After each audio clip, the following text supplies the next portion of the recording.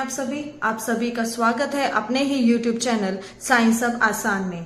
हम अपनी सीरीज में आज कंटिन्यू करेंगे एसिड बेस एंड सॉल्ट की एक्सरसाइज। चैप्टर हम ऑलरेडी अपनी प्रीवियस वीडियो में डिस्कस कर चुके हैं। Let us start the exercise. First question is a solution turns red litmus to blue. देखो, जब भी कोई सॉल्यूशन रेड लिटमस को चेंज करे इनटू ब्लू, दैट मीन्स वो जो सॉल्यूशन है वो हमारा कैसा है, बेसिक। दैट मीन्स उसका जो पीएच है वो क्या है, ग्रेटर टू 7। दैट मीन्स इसका आंसर क्या आएगा, option number D, that is 10। Now second question, a solution reacts with crushed egg shells to give a gas that turns lime water milky. The solution contains dash NaCl, HCl, LiCl, KCl, etc. तो आपको ये ध्यान से सोचना है कि ऐसा क्या होगा जब हमारा क्या होना चाहिए। देखो, जो एग शेल्स होती है उसके अंदर हमारा क्या होता है, कैल्शियम कार्बोनेट। तो यानी कि कोई एक सॉल्यूशन है वो इसके साथ रिएक्ट कर रहा है, वो प्रोड्यूस कर रहा है कोई भी गैस जो कि लाइम वाटर यानी कि CaO उसको चेंज कर रही है इनटू मिल्की। दैट मीन्स वो वाली जो गैस है या वो जो सॉल्यूशन है वो हमारा क्या है, HCl कैल्शियम कार्बोनेट के साथ रिएक्ट करके हमारा बनाता है calcium chloride plus water plus CO2। तो यानी कि वो जो गैस है वो कौन सी है हमारी, कार्बन डाइऑक्साइड। वो हमारी रिएक्ट करके कैल्शियम ऑक्साइड के साथ बनाती है कैल्शियम कार्बोनेट, जिसकी वजह से जो सॉल्यूशन है वो हमारा कैसा हो जाता है, लाइम वाटर मिल्की।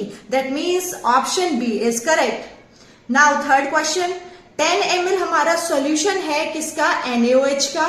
जब 10 ml सॉल्यूशन में मैं 8 ml HCl ऐड करती हूँ, वो हमारा हो सकता है कि हायर कंसेंट्रेशन का हो या कुछ भी है ना, HCl 8 ml HCl। तो ये सॉल्यूशन हमारा कंप्लीटली कैसा है, neutralised.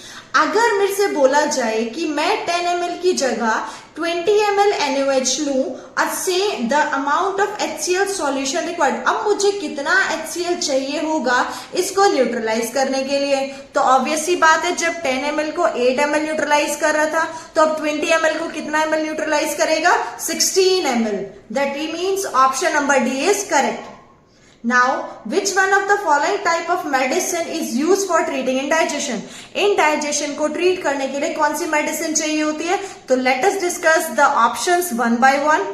First is antibiotic. Antibiotic अब सबको पता है, जो माइक्रो ऑर्गेनिजम्स होते हैं उनकी किलिंग के लिए यूज होता है। एनाल्जेसिक हमारे जब हमें फीवर हो जाता है तो फीवर को कंट्रोल करने के लिए यूज होता है। एंटासिड ये यूज होता है जब हमें इनडाइजेशन हो उसको ट्रीट करने के लिए। और एंटीसेप्टिक होता है बैक्टीरियल इन्फेक्शन को रोकने के लिए। Now question number 5, that means इसका आंसर क्या आएगा, option number C. Right word equation and then balance. हमें पहले इक्वेशन लिखनी है, फिर उसको हमें बैलेंस करना है। First is dilute sulfuric acid reacts with zinc granules. That means H2SO4 हमारा रिएक्ट कर रहा है जिंक के साथ। तो ऑब्वियसली बात है हमारी जो रिएक्शन है वो क्या होगी, ZnSO4 plus H2 and this reaction is already balanced.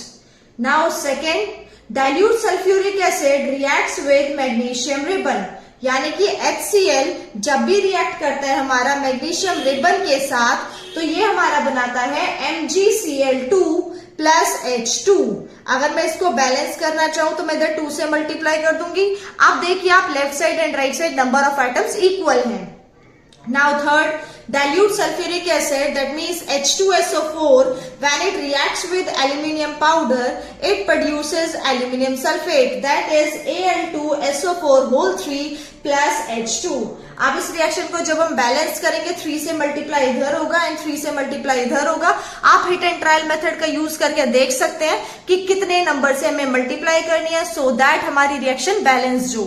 Now last option, dilute hydrochloric acid, that means HCl, when it reacts with iron filings it produces FeCl3 plus H2।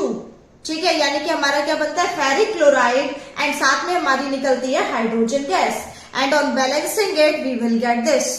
I hope ये clear हो गया होगा आपको। Now question number 6, compounds such as alcohol and glucose also contains hydrogen but not categorized as acid. That means alcohol और जो glucose होता है, alcohol मतलब कोई भी आर कंपाउंड है उसके साथ हमारा OH जुड़ा हुआ है एंड ग्लूकोज मतलब C6H12O6, दोनों के पास हाइड्रोजन है लेकिन फिर भी हम इनको एसिड नहीं बोलते। इसके लिए आपको एक्टिविटी सजेस्ट करनी है। हमने अपनी प्रीवियस वीडियो में पूरा एक एक्टिविटी किया था जिसके अंदर हमने जो भी सॉल्यूशन लिया, अगर वो हाइड्रोजन आयन रिलीज करता है तो उसकी वजह से आयंस की मूवमेंट होगी एंड आयंस मूवमेंट की वजह से वो इलेक्ट्रिसिटी कंडक्ट करेगा।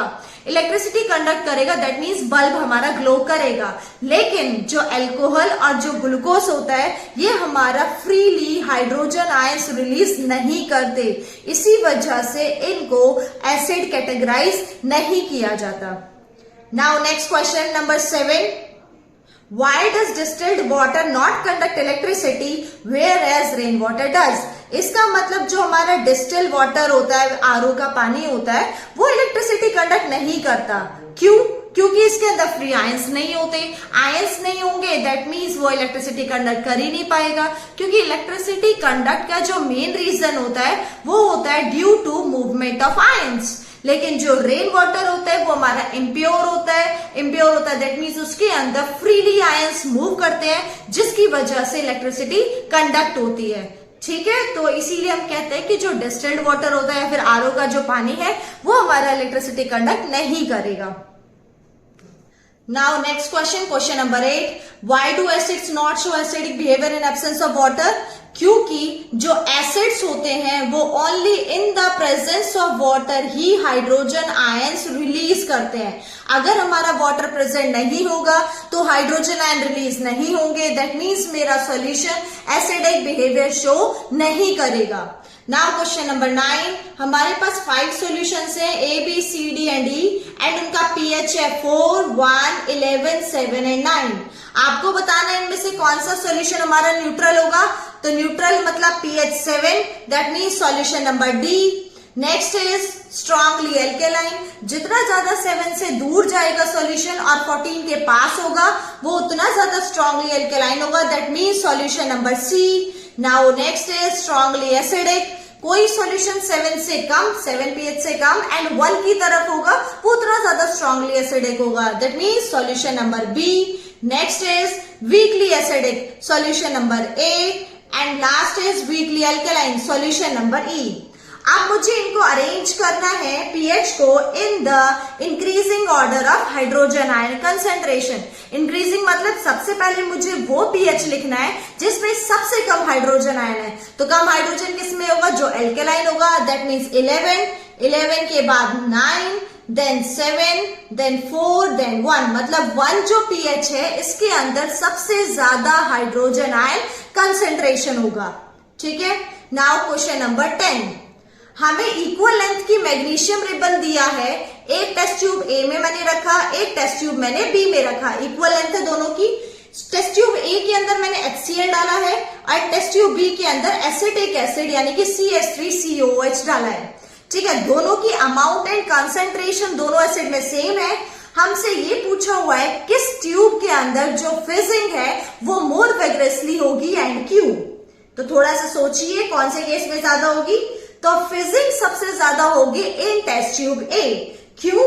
क्योंकि जो HCl होता है वो स्ट्रॉन्गर एसिड होता है as compare to acetic acid. तो इस केस में जो रिएक्शन होगी वो मोर विग्रसली होगी एंड जो फिजिंग की साउंड होती है वो सबसे ज्यादा प्रोड्यूस होगी in test tube A as compare to B। Now question number 11, fresh milk जो होता है उसका pH होता है 6। हाउ डू यू थिंक हमारा pH किस में चेंज हो जाएगा जब ये मिल्क जो है वो कर्ड में चेंज हो जाता है। मतलब अगर मैं दूध है, ठीक है, उसका pH है 6, मैंने दूध से जमा दी दही यानी कि कर्ड, अब उसका pH क्या हो जाना चाहिए ऐसा हमें सोचना है। ठीक है, तो आपको ये पता होना चाहिए जो कर्ड होता है यानी कि जो दही होता है उसके अंदर हमारा होता है एसिड और उस एसिड का नाम क्या है? Lactic acid. तो एसिड प्रेजेंट होने की वजह से इसका pH हमारा 6 से डिक्रीज होना शुरू हो जाएगा क्योंकि प्योर मिल्क का pH कितना था? 6। Now question number 12, A milkman adds very small amount of baking soda। मतलब अब देखो दूध वाला हमारे लिए दूध लेके आता है, ठीक है, उसने क्या किया, एक ट्रिक खेली, हमारा जो फ्रेश मिल्क था उसके अंदर उसने थोड़ा सा बेकिंग सोडा ऐड कर दिया। ठीक है, अब वो बेकिंग सोडा उसने क्यों ऐड किया, ठीक है, ये हमें रीजन बताना है। ठीक है। Why does it shift pH of fresh milk from 6 to slightly alkaline? क्योंकि जो बेकिंग सोडा होता है वो स्लाइटली हमारा एल्केलाइन नेचर का होता है, तो फ्रेश मिल्क का पीएच है 6। जब मैं उसके अंदर बेकिंग सोडा डाल दूंगी तो उसका पीएच हमारा हो जाएगा थोड़ा सा एल्केलाइन। क्यों किया उसने मिल्कमैन ने ऐसा? सोचो, मिल्कमैन ने ऐसा इसलिए किया क्योंकि वो चाहता था कि वो जो दूध है उसकी दही इजीली ना बने, मतलब दूध हमारे इजीली फटे नहीं, वो हमारा कुछ टाइम तक उसको प्रिजर्व करके रखा जा सके। इसीलिए वो मिल्क के अंदर हमारा क्या ऐड करता है? बेकिंग सोडा, ताकि वो स्लाइटली हो जाए alkaline. Now second part, Why does this milk take a long time to set a curd? अब भाई इस मिल्क को कर्ड जमने में ज्यादा टाइम क्यों लगा? सोचो, जब हमारा फ्रेश मिल्क था जिसका पीएच था 6, अब उसकी दही हमें जमानी है, दैट मीन्स मुझे कर्ड जमानी है, तो उसका पीएच 6 से कम होना चाहिए। ठीक है, अब मैंने इसका पीएच मान लो कर दिया 8 और 9, तो अगर अब मैं इसकी कर्ड जमाने लगू तो पहले इस पीएच को 8-9 पीएच को पहले 6 तक पहुंचना पड़ेगा, है ना, तभी तो उसकी कर्ड जमेगी, तभी वो और एसिडिक होगा। तो इसीलिए उसको टाइम लगता है थोड़ा सा कर्ड जमने में, क्योंकि वो कैसा है? पहले से ही स्लाइटली एल्कलाइन इन नेचर है। ठीक है। Now question number 13, plaster of Paris को स्टोर किया जाता है मॉइस्चर प्रूफ कंटेनर के अंदर, एक्सप्लेन व्हाई। यानी कि जो प्लास्टर ऑफ पेरिस होता है उसको हमेशा स्टोर करते हैं हम किसके अंदर? उसमें पानी नहीं होना चाहिए जहां पे भी उसको स्टोर किया जाता है। ऐसा क्यों? क्योंकि हम पढ़ चुके हैं जो प्लास्टर ऑफ पेरिस होता है वो हमारा CaSO4.12H2 होता है। अगर उसको पानी मिल जाए तो वो कन्वर्ट हो जाता है CaSO4.2H2O के अंदर, जिसका नाम होता है जिप्सम। एंड ये बहुत ज्यादा हार्ड सब्सटेंस होता है, इसीलिए हम इसको हमेशा मॉइस्चर प्रूफ कंटेनर में स्टोर करते हैं। Now question number 14, very simple, what is neutralization reaction? आपको पता है कोई भी चीज न्यूट्रल कब होगी? जब मैं एसिड के अंदर, क्वेश्चन नंबर 14, जब भी मैं एसिड के अंदर बेस ऐड कर दूं तो हमारा क्या बनता है? Salt plus water. उसी को हम क्या बोलते हैं? Neutralization reaction. सबसे सिंपलेस्ट एग्जांपल आप अपने डेली लाइफ से भी ले सकते हो। मान लो आपने कुछ बाहर का खाना खाया, पिज्जा बर्गर खाया, हमारे स्टमक में क्या हो जाती है? एसिडिटी। अब एसिडिटी हो गई तो पेन होना शुरू होता है, उसको मुझे न्यूट्रल करना है, तो मैं क्या लूंगी? कुछ भी बेस लूंगी ताकि वो एसिड और बेस न्यूट्रल हो जाए। एग्जाम्पल हम जनरली यूज करते हैं मिल्क ऑफ मैग्नीशिया, जिसका दूसरा नाम क्या होता है? Chemical name magnesium hydroxide. ठीक है, और दूसरा हम अपना यूज करते हैं कि NaOH में HCl ऐड कर दिया, NaCl एंड वाटर बन गया। Next is give 2 examples of washing soda and baking soda. ये बहुत डिटेल में पढ़ा है हमने कि जो वॉशिंग सोडा होता है वो हमारा रिमूव करता है permanent hardness of water, and इसका यूज होता है glass, soap and paper industry के अंदर। एंड जो बेकिंग सोडा होता है उससे हम बेकिंग पाउडर बनाते हैं। बेकिंग पाउडर कैसे बनता है? अगर मैं बेकिंग सोडा के अंदर ऐड कर दूं टार्टेरिक एसिड, तो टार्टेरिक एसिड ऐड करके वो बेकिंग पाउडर बनाता है। एंड जो वो बेकिंग पाउडर होता है वो हमारे खाने को बहुत ज्यादा क्रिस्पी एंड टेस्टी बनाता है। And another use baking soda का यूज होता है सोडा एसिड फायर एक्सटिंग्विशर की तरह। ठीक है, तो दोनों यूजेस हमने बहुत डिटेल से पढ़े। अब ये चैप्टर आपका कंप्लीट हो गया है। आई होप आपको समझ आया हो। So like, share and subscribe करना ना भूलें।